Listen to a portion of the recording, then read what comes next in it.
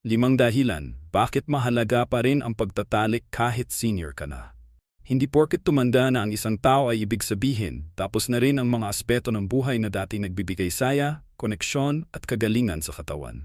Isa sa mga madalas pinapalampas o iniiwasan ng mga matatanda ay ang pagtatalik. Nakadalasang naisip na para lang ito sa mga mas bata, malakas o mas aktibo. Pero sa totoo lang, kahit sa edad na 60, 70 o 80 pataas, ang sexual intimacy ay may napakaraming benepisyo.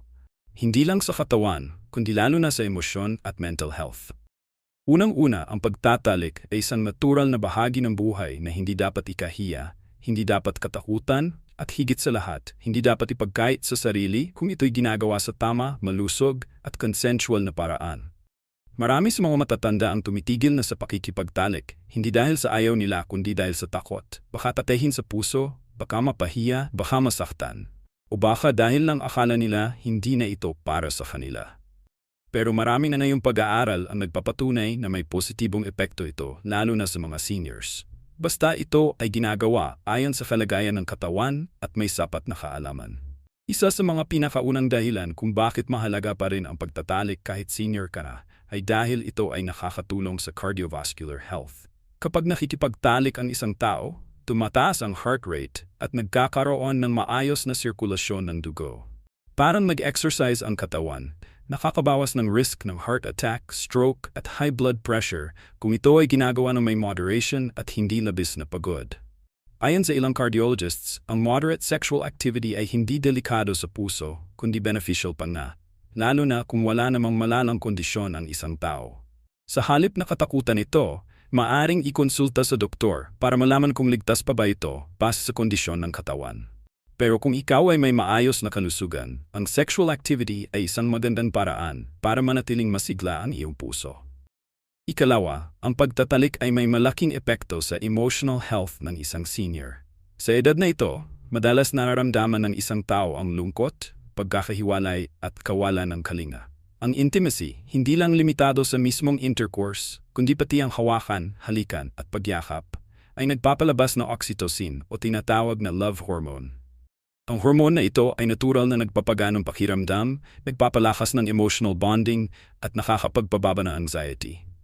Sa mga matatanda na wala ng partner o bihira ang human touch, ang intimacy ay isang underrated pero napakahalagang aspeto ng mental well-being.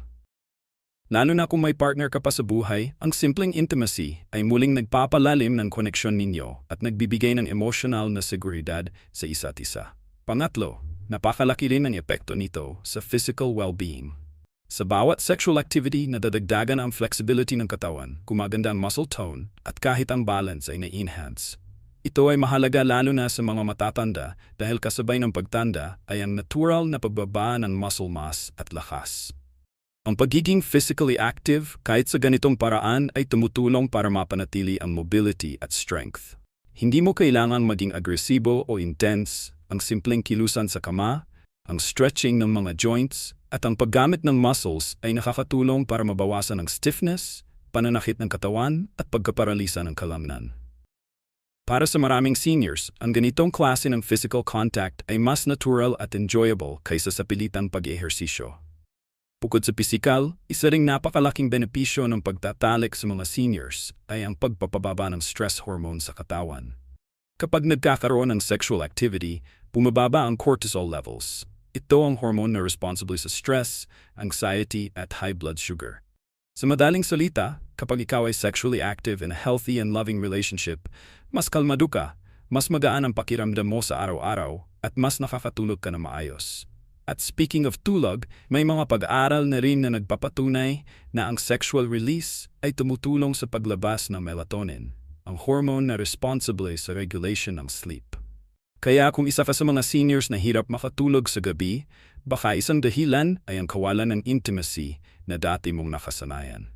Higit pa riyan, ang intimacy ay nagbibigay ng sense of identity at dignity sa isang tao.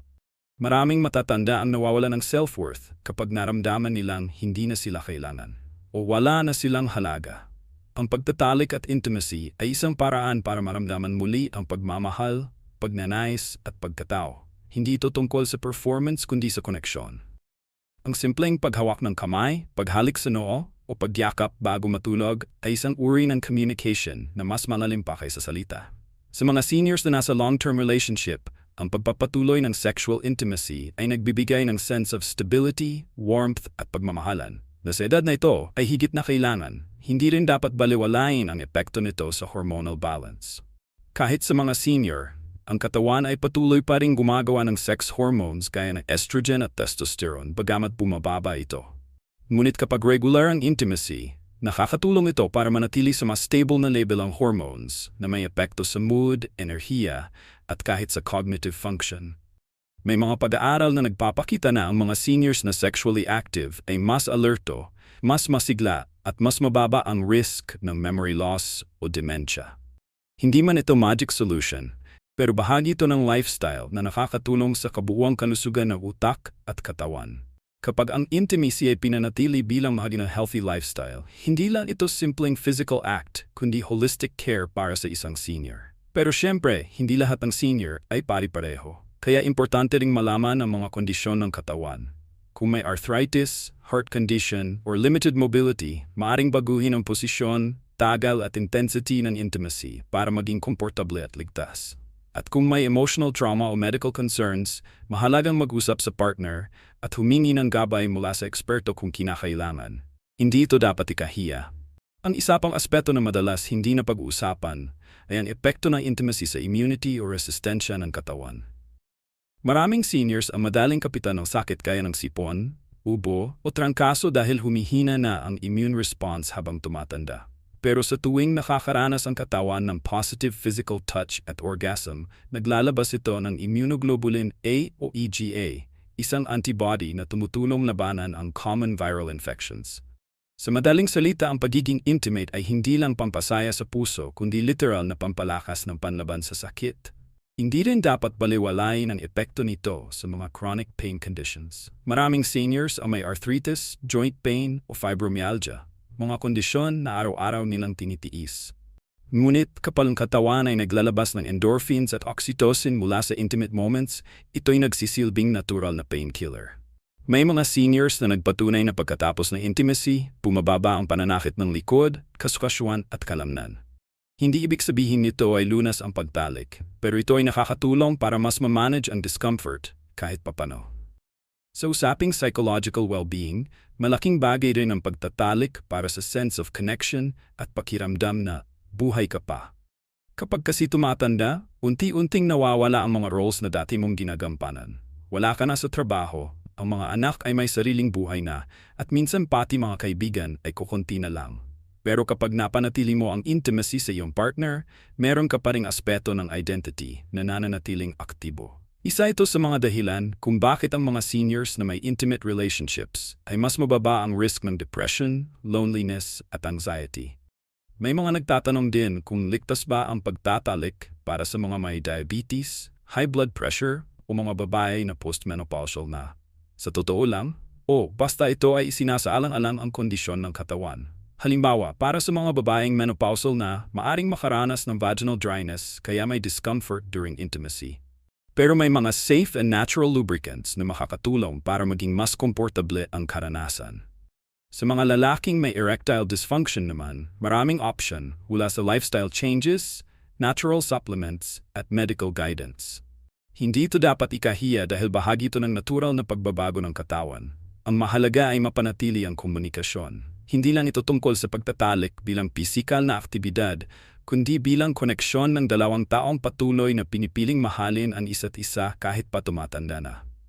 Ang openness sa pag-uusap ng damdamin, pisikal na kondisyon at mutual needs ay nagbibigay ng malalim na intimacy.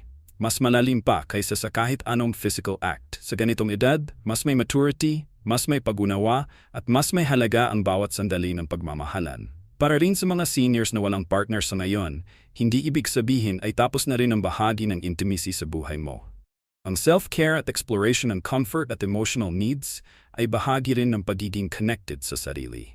Ang touch, sensuality, at intimacy ay hindi kailangan mawala kahit ikaw ay mag-isa. Basta ito ay ginagawa na may respeto sa sarili, dignidad, at tamang pananaw.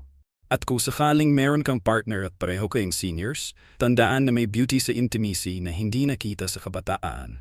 Hindi na ito tungkol sa bilis, sa performance o sa ideal image ng katawan. Sa halip, ito ay tungkol sa pagkilala sa isa't isa, sa pagkalinga, sa pagtanggap at sa muling pagtibay ng koneksyon ninyo. Masarap pa ring maramdaman na ikaw ay mahalaga, hinahangaan at pinahalagahan kahit anong edad mo pa. Sa panahon ngayon, mas open na ang lipunan sa mga diskusyon ukol sa sexual health ng seniors. Kaya huwag ka nang mahiya o matakot.